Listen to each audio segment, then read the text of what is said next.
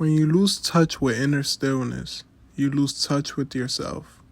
When you lose touch with yourself, you lose yourself in the world. A long time ago, a young Zen monk lived in a small monastery in a forest near a lake. A few senior monks occupied the monastery, while the rest were newcomers who still had much to learn. The monks had many duties. One of the most important parts of their daily routine, however, was when they had to sit down, close their eyes, and meditate in silence for hours at a time. After each meditation, they had to report their progress to their mentor. One young monk had difficulty staying focused during his meditation practice for various reasons, which made him very angry. After the young monk reported his progress to his mentor, the elder asked a simple question with a hidden lesson. "Do you know what is really making you angry?" The young monk replied, "Well, as soon as I start closing my eyes to meditate, someone starts moving around me and I can't focus. I get agitated that someone is disturbing me even though they know that I'm meditating. How can they not be more considerate? And then when I close my eyes again, I try to focus. A cat or a small animal might brush past me, disturb me again. By this point, even when the wind blows and the tree branches make noise, I get angry. If that is not enough, the birds keep on chirping, and I can't seem to find any peace in this place." The elder monk simply pointed out to his pupil, "I see that you become angrier with each interruption you encounter. This is exactly the opposite of the point of meditating. You should find a way not to get angry with people, animals, or anything around you that disturbs you during your task."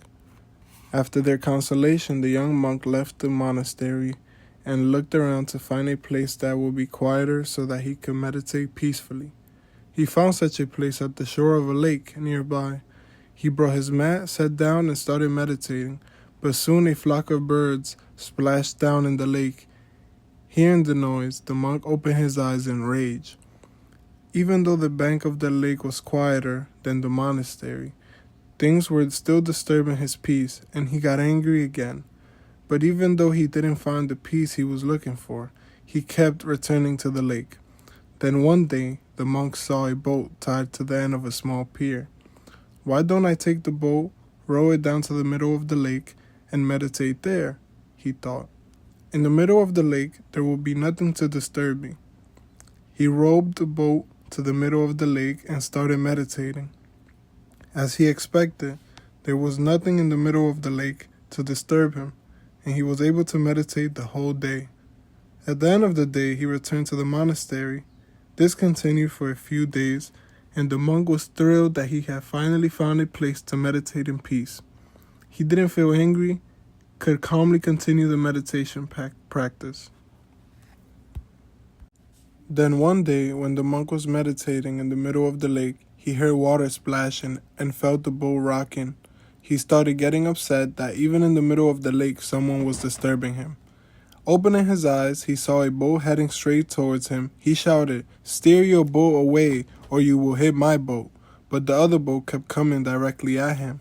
It was only a few feet away. He yelled again, but there was no response, and the incoming boat hit the monk's boat. Now he was furious. "Who are you and why have you hit my boat in the middle of this vast lake?" he screamed. There was no answer. This made him even angrier.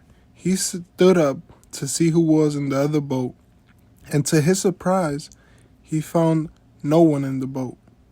The boat had probably come untied and drifted along in the breeze until it had bumped into the monk's boat. It was just an empty boat. The monk found his anger dissipating, for there was no one to get angry at. At that moment, he remembered his mentor's question, "Do you know what is really making you angry?" Now he knew he had his answer. It's not other people, situations, or circumstances. It's not the empty boat, but my reaction to it that causes my anger. All the people or situations that upset me are like the empty boat.